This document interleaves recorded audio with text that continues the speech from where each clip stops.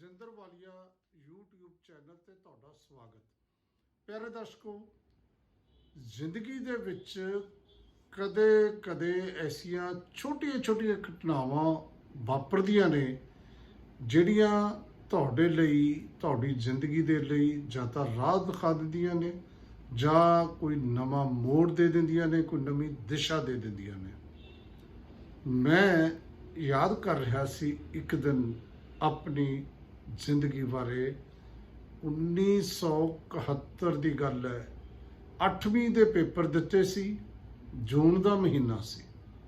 ਜੂਨ ਦਾ ਮਹੀਨਾ ਜਿਹੜਾ ਹੁੰਦਾ ਨਾ, ਉਹ ਬਹੁਤ ਅਹਿਮ ਬੱਚਿਆਂ ਲਈ ਇਸ ਕਰਕੇ ਹੁੰਦਾ, ਸਕੂਲ ਜਾਣਾ ਨਹੀਂ ਹੁੰਦਾ ਔਰ ਖੇਡਣ ਸੌਣ ਤੋਂ ਬਿਨਾਂ ਹੋਰ ਕੋਈ ਕੰਮ ਨਹੀਂ ਹੁੰਦਾ। ਉਹਨਾਂ ਦਿਨਾਂ 'ਚ ਮੈਂ ਤਾਂ ਮੰਡੀ ਅਹਿਮਦਗੜ੍ਹ ਰਹਿੰਦਾ ਸੀ ਔਰ ਅਹਿਮਦਗੜ੍ਹ ਵਰਗੇ ਸ਼ਹਿਰ ਦੇ ਵਿੱਚ ਕੋਈ ਇਸ ਤਰ੍ਹਾਂ ਦੇ ਸਮਰ ਕੈਂਪ ਤਾਂ ਲੱਗਦੇ ਨਹੀਂ ਹੁੰਦੇ ਸੀ।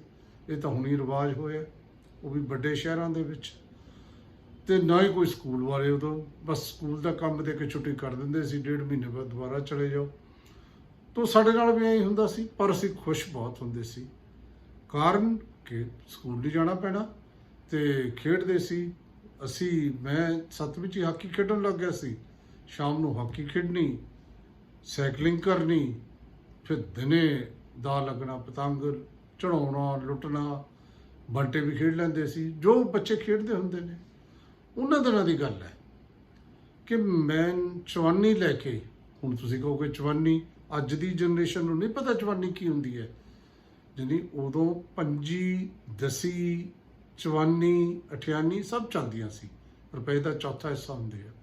ਮੈਂ ਚਵਾਨੀ ਲੈ ਕੇ ਅਸਲ ਵਿੱਚ ਪਤੰਗ ਲੈਣ ਗਿਆ।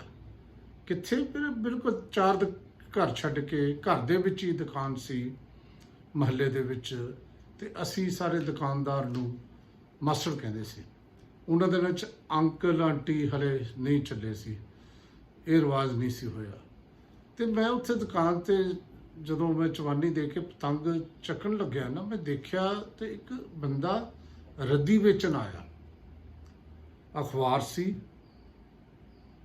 ਹੁਣ ਮੈਨੂੰ ਪਤਾ ਵੀ ਉਹ ਅਖਬਾਰ ਟ੍ਰਿਬਿਊਨ ਸੀ, ਦ ਟ੍ਰਿਬਿਊਨ, ਤੇ ਨਾਲ 5-7 ਅੱਧੀਆਂ ਪੱਟੀਆਂ ਕਿਤਾਬਾਂ ਸੀ ਔਰ ਜਿਹੜੀਆਂ ਥੋੜ੍ਹੀਆਂ ਸਾਫ ਸੁਥਰੀਆਂ ਸੀ। ਉਹਨਾਂ ਦੇ ਵਿੱਚ ਮੈਂ ਉਹਨਾਂ ਨੂੰ ਕਿਹਾ, ਮੈਂ ਕਿਹਾ ਮਾਸੜਾ ਮੈਨੂੰ ਦੇ ਦੇ।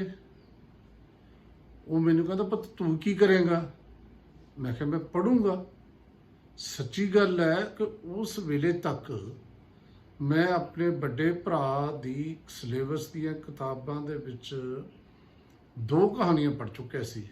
ਇੱਕ ਤਾਂ ਸੰਤੋਖ ਸਿੰਘ ਧੀਰ ਦੀ ਸਾਂਝੀ ਕੰਧ, ਦੂਜੀ ਦਲੀਪ ਕੌਰ ਟਵਾਣਾ ਦੀ ਬੱਸ ਕੰਡਕਟਰ। ਮੈਨੂੰ ਚੰਗੀਆਂ ਲੱਗਿਆ ਸੀ, ਪੜ੍ਹਨਾ ਚੰਗਾ ਲੱਗਿਆ ਸੀ। ਮੈਨੂੰ ਲੱਗਿਆ ਵੀ ਉਹੋ ਜਿਹੀਆਂ ਕਹਾਣੀਆਂ ਹੋਣੀਆਂ। ਤੇ ਮੈਂ ਜਦੋਂ ਦੇਖਿਆ ਤਾਂ ਉਹ ਨਾਨਕ ਸਿੰਘ ਦੇ ਨਾਵਲ ਸੀ 3-4। ਚਿੱਟਾ ਲਹੂ ਸੀ, ਪਵਿੱਤਰ ਪਾਪੀ ਸੀ, ਇੱਕ ਮਿਆਨ 2 ਤਲਵਾਰਾਂ ਸੀ। ਮੈਂ ਕਿਹਾ ਮੈਨੂੰ 3 ਦੇ ਦੇ। ਹੋਰ ਵੀ ਸੀ ਕਿਤਾਬਾਂ, ਕੁਛ ਇੰਗਲਿਸ਼ ਦੀਆਂ ਸੀ, ਪਰ ਮੈਂ 3 ਪੰਜਾਬੀ ਦੀਆਂ ਚੱਕ ਲਈਆਂ। ਤੇ ਉਹਨੇ ਮੈਨੂੰ ਚਵਾਨੀ ਵੀ ਦੇਤੀ। ਕਹਿੰਦਾ ਜੇ ਤੂੰ ਪੜ੍ਹਨੀ ਨਾ ਤਾਂ ਆਪਦੀ ਚੱਕ ਚਵਾਨੀ, ਇਹ ਵੀ ਲੈ ਜਾ। ਤੇ ਮੈਂ ਜੀ ਆ ਗਿਆ। ਆ ਕੇ ਮੈਂ ਪਹਿਲਾਂ ਮੈਨੂੰ ਇਹ ਨਾ ਸਮਝਿਆ ਵੀ ਕਿਹੜੀ ਸ਼ੁਰੂ ਕਰਾਂ, ਫਿਰ ਮੈਂ ਪਵਿੱਤਰ ਪਾਪੀ ਸ਼ੁਰੂ ਕਰ ਲਿਆ। ਉਹ ਪਵਿੱਤਰ ਪਾਪੀ, ਹੁਣ ਇੱਕ ਬੱਚਾ ਪਹਿਲੀ, ਮੈਨੂੰ ਤਾਂ ਨਾਵਲ ਤੇ ਕਹਾਣੀ ਦਾ ਫਰਕ ਵੀ ਨਹੀਂ ਪਤਾ ਸੀ, ਤੇ ਮੈਂ ਪੜ੍ਹਨਾ ਸ਼ੁਰੂ ਕਰਤਾ।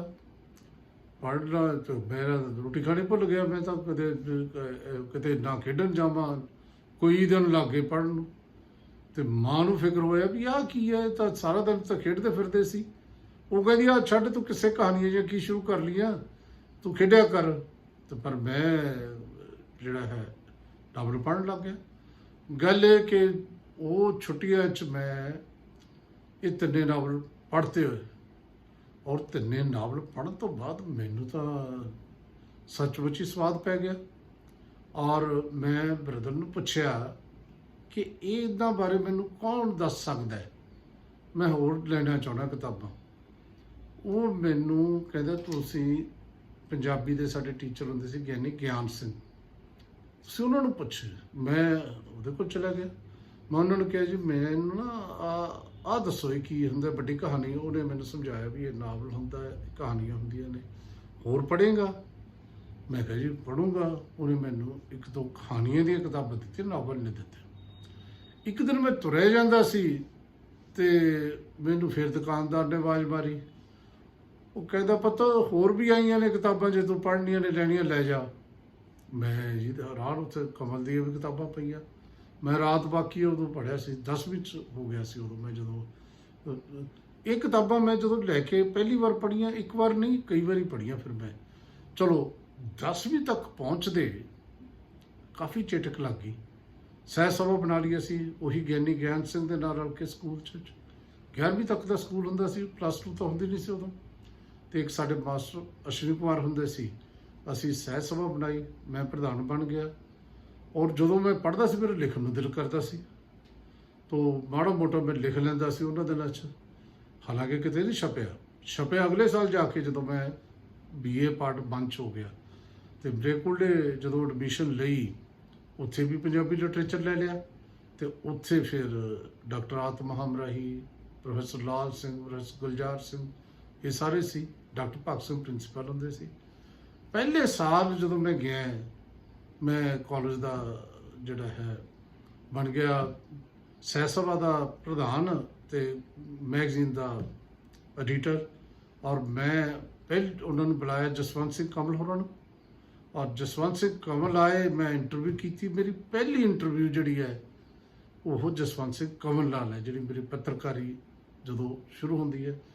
ਉੱਥੇ ਮੈਂ ਜਦੋਂ ਬਣਿਆ, ਉਦੋਂ ਬਾਅਦ ਮੈਂ ਜਿਹੜਾ ਹੈ ਸਹਿ ਸਭਾ 'ਚ ਅਸੀਂ ਫੰਕਸ਼ਨ ਕਰਾਉਣੇ ਸ਼ੁਰੂ ਕਰਤੇ। ਮੇਰੇ ਯਾਦ ਹੈ ਪਾਸ਼ ਵੀ ਬੁਲਾਇਆ ਸੀ, ਕਵੀ ਦਰਬਾਰ ਕਰਾਏ।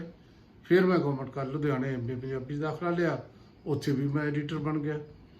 ਉੱਥੇ ਸਤਲੁਜ ਮੈਗਜ਼ੀਨ ਦਾ, ਉੱਥੇ ਡਾਕਟਰ ਹਮਰਾਈ ਵੀ ਉੱਥੇ ਬਦਲ ਗਏ ਸੀ, ਰਤੀਰ ਸਿੰਘ ਚੰਦ ਹੁੰਦਾ ਸੀ, ਮਹਿੰਦਰ ਸਿੰਘ ਚੀਮਾ, ਮੈਡਮ ਦਰਦੀ, ਉੱਥੇ ਵੀ ਸਾਡਾ ਠੀਕ ਚੱਲਿਆ। ਉਦੋਂ ਤੱਕ ਥੋੜ੍ਹੀ ਬਹੁਤੀ ਸਮਝ ਆ ਗਈ ਸੀ, ਪੜ੍ਹਨਾ ਲਿਖਣਾ ਸ਼ੁਰੂ ਹੋ ਗਿਆ ਸੀ। ਹੁਣ ਗੱਲ ਤਾਂ ਇਹ ਹੈ ਕਿ ਰੱਦੀ ਦੀਆਂ ਕਿਤਾਬਾਂ ਨੇ ਮੈਨੂੰ ਕਿਸ ਪਾਸੇ ਤੋੜ ਲਿਆ। ਔਰ ਹੋਰ ਦੱਸਾਂ, ਇਹ ਕਿਤਾਬਾਂ ਜਦੋਂ ਮੇਰੀਆਂ ਇਕੱਠੀਆਂ ਹੁੰਦੀਆਂ ਰਹੀਆਂ, ਤਾਂ ਸਾਡੇ ਅਹਿਮਦਗੜ੍ਹ ਦੇ ਇੱਕ ਸ਼ਹੀਦ ਪ੍ਰਾਗ ਸਿੰਘ ਹੋਏ ਸੀ, ਉਹ ਹੈ ਸਾਡੇ ਪਰਿਵਾਰ 'ਚ ਸੀ। ਤੇ ਉਹਨਾਂ ਦੇ ਨਾਂ ਤੇ ਮੈਥੋਂ ਪਹਿਲਾਂ ਵਾਲੇ ਜਿਹੜੇ ਵੱਡੀ, ਜਿਹੜੇ ਉਹਨਾਂ 'ਚ ਇੱਕ ਤਾਂ ਇੰਡੀਅਨ ਫੋਰਨ ਸਰਵਿਸ ਚਲੇ ਗਏ ਬਾਲਨੰਦ ਜੀ, ਇੱਕ ਪ੍ਰੋਫੈਸਰ ਅਮਰਜੀਤ ਪ੍ਰਾਗ, ਇਹ ਸਾਰੇ ਇਕੱਠੇ ਹੋ ਕੇ ਇੱਕ ਲਾਇਬ੍ਰੇਰੀ ਚਲਾਉਂਦੇ ਸੀ। ਤੇ ਇਹਨਾਂ ਨੂੰ ਪਤਾ ਲੱਗੇ ਵੀ ਇਹ ਮੁੰਡੇ 2-4 ਪੜ੍ਹਨ ਲਿਖਣ ਵਾਲੇ ਨੇ, ਤਾਂ ਉਹਨਾਂ ਨੇ ਉਹ ਕਹਿੰਦੇ ਵੀ ਉਹਨਾਂ ਤਾਂ ਹੁਣ ਕਿਸੇ ਤੋਂ ਲਾਇਬ੍ਰੇਰੀ ਦਾ, ਉਹ ਤਾਂ ਬਾਹਰ ਚਲੇ ਗਏ ਸੀ। ਤੇ ਉਹਨਾਂ ਨੇ ਸਾਨੂੰ ਲਾਇਬ੍ਰੇਰੀ ਸੰਭਾਲਤੀ। ਇੱਕ ਨੇ ਸਾਨੂੰ ਇੱਕ ਕਮਰਾ ਦਾ ਜਿਹੜਾ ਚੁਬਾਰਾ ਦੇ ਦਿੱਤਾ, ਉੱਥੇ ਅਸੀਂ ਲਾਇਬ੍ਰੇਰੀ ਸ਼ੁਰੂ ਕਰਤੀ। ਜਿੰਨਾ ਚਿਰ ਮੈਂ ਯੂਨੀਵਰਸਿਟੀ ਨਹੀਂ ਆਇਆ ਸੀ, ਉਹ ਲਾਇਬ੍ਰੇਰੀ ਚਲਾਈ। ਫਿਰ ਮੈਂ ਜਿਹੜੀ ਮਿਊਨਿਸਪਲ ਲਾਇਬ੍ਰੇਰੀ ਨੂੰ ਸਾਰੀਆਂ ਕਿਤਾਬਾਂ ਦੇ ਕੇ ਆਇਆ ਸੀ ਜਿਹੜੀਆਂ। ਸੋ ਇਸ ਤਰ੍ਹਾਂ ਕਿਤਾਬਾਂ ਦਾ ਸ਼ੌਕ ਉਸ ਛੋਟੀ ਜਿਹੀ ਇੰਸੀਡੈਂਟ ਪਿਆ। ਫਿਰ ਇਕੱਲੀ ਉੱਥੇ ਦੀ ਗੱਲ, ਫਿਰ ਉਹੀ ਜਿਹੜੀ ਰੱਦੀ ਦੀਆਂ ਕਿਤਾਬਾਂ ਨੇ, ਜਿਹੜਾ ਮੈਨੂੰ ਚੇਟਕ ਲਾਈ, ਪੜ੍ਹਦੇ ਪੜ੍ਹਾਉਂਦੇ ਅਖਬਾਰਾਂ 'ਚ ਲਿਖਣ ਲੱਗ ਗਿਆ। ਮੈਂ BA 'ਚ ਪੜ੍ਹਦਾ, ਕਈ ਵਾਰੀ ਨਵਾਂ ਜ਼ਮਾਨਾ, ਕਈ ਵਾਰੀ ਹੋਰ ਅਖਬਾਰ, ਉਦੋਂ ਅਕਾਲੀ ਪੱਤਰਕਾਰ ਨਵਾਂ ਜ਼ਮਾਨਾ ਤੇ ਅਜੀਤ ਹੀ ਹੁੰਦੇ ਸੀ। ਇਹਨਾਂ 'ਚ ਲਿਖਦਾ, ਨਾਂ ਛਪਣਾ, ਬੜਾ ਖੁਸ਼ ਹੋਣਾ। ਪੱਤਰਕਾਰ ਵੱਲੋਂ ਰੁਝਾਨ ਹੋ ਗਿਆ। ਤੇ ਫਿਰ ਉਹ ਪੱਤਰਕਾਰੀ ਦਾ ਰੁਝਾਨ ਤੁਹਾਡੇ ਸਾਹਮਣੇ ਹੈ। ਪੜ੍ਹਦੇ ਪੜ੍ਹਦੇ ਅਸੀਂ ਮੈਗਜ਼ੀਨ ਕੱਢ ਲਿਆ, ਪ੍ਰਿੰਦਾ, ਹਰਨੇਕ ਲੇਰ ਤੇ ਇਹ ਕੱਢ ਰਹੇ ਸੀ 2 ਮਾਸਕ, ਮੀਤ ਖਟੜਾ ਤੇ ਮੈਂ ਉਹਨਾਂ ਦਾ ਰਲ ਕੇ ਅਸੀਂ 2 ਮਾਸਕ ਪ੍ਰਿੰਦੇ 'ਚ ਚਲੇ ਗਏ। ਫਿਰ ਜਦੋਂ ਮੈਂ ਪੱਤਰਕਾਰੀ ਦੀ ਡਿਗਰੀ ਕੀਤੀ ਮੰਚ, ਸੋ ਦੱਸਣਾ ਮੈਂ ਚਾਹੁੰਦਾ ਕਿ ਨਾਲ ਮੈਂ ਪੜ੍ਹਦਾ ਰਿਹਾ, ਨਾਲੇ ਮੰਚ। ਫਿਰ ਜਦੋਂ 1978 'ਚ ਪੰਜਾਬੀ ਟ੍ਰਿਬਿਊਨ ਸ਼ੁਰੂ ਹੋਇਆ, ਪੰਜਾਬੀ ਟ੍ਰਿਬਿਊਨ ਚਲੇ ਗਏ। ਸੋ ਇਹ ਸਾਰੀਆਂ ਗੱਲਾਂ, ਇਹਦੀ ਸ਼ੁਰੂਆਤ ਕਿੱਥੋਂ ਹੁੰਦੀ ਹੈ? ਮੇਰੇ ਘਰ 'ਚ ਤਾਂ ਕੋਈ ਜਿਹੜਾ ਹੈ ਲਿਟਰੇਚਰ ਵੱਲ ਨਹੀਂ ਆਇਆ ਸੀ। ਤੇ ਕਿਸ ਤਰ੍ਹਾਂ ਬੰਦੇ ਦੀ ਜ਼ਿੰਦਗੀ ਛੋਟੀ ਛੋਟੀਆਂ ਗੱਲਾਂ ਬਣਾ ਦਿੰਦੀ ਹੈ, ਸੰਵਾਰ ਦਿੰਦੀ ਹੈ, ਰਸਤਾ ਦਿਖਾ ਦਿੰਦੀ ਹੈ।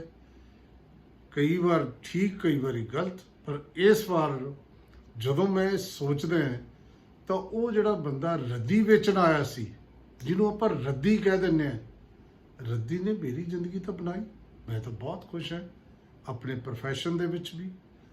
ਆਪਣੀਆਂ ਕਿਤਾਬਾਂ ਜਦੋਂ ਹੁਣ ਮੈਂ ਲਿਖਦਾ ਮੈਂ ਯਾਦ ਕਰਦਾ, ਤੇ ਹੁਣ ਮੈਂ ਤੁਹਾਡੇ ਨਾਲ ਗੱਲ ਕਰ ਰਿਹਾ, ਤਾਂ ਉਹ ਵੀ ਤਾਂ ਉਹਦੇ ਹਿੱਸਾ ਹੈ। ਤਾਂ ਇਹ ਇੱਕ ਗੱਲ ਕਰਕੇ ਮੈਂ ਆਪਣੀ ਗੱਲ ਖਤਮ ਕਰਦਾ ਅੱਜ ਦੇ ਵੀਡੀਓ ਦੇ ਵਿੱਚ, ਕਿ ਛੋਟੀਆਂ ਛੋਟੀਆਂ ਜਿਹੜੀਆਂ ਘਟਨਾਵਾਂ ਨੇ ਉਹਨਾਂ ਨੂੰ ਵੀ ਆਪਾਂ ਬਹੁਤ ਗੰਭੀਰਤਾ ਨਾਲ ਜਦੋਂ ਲੈ ਕੇ ਸੋਚਾਂਗੇ, ਦੇਖਾਂਗੇ, ਤਾਂ ਉਹ ਵੀ ਸਾਨੂੰ ਬਹੁਤ ਸਬਕ ਦੇ ਜਾਂਦੀਆਂ ਨੇ, ਜਿਵੇਂ ਇਹ ਰੱਦੀ ਦੀਆਂ ਕਿਤਾਬਾਂ ਨੇ ਮੇਰੀ ਜ਼ਿੰਦਗੀ ਬਣਾਈ। ਤੁਹਾਡਾ ਬਹੁਤ ਬਹੁਤ ਸ਼ੁਕਰੀਆ।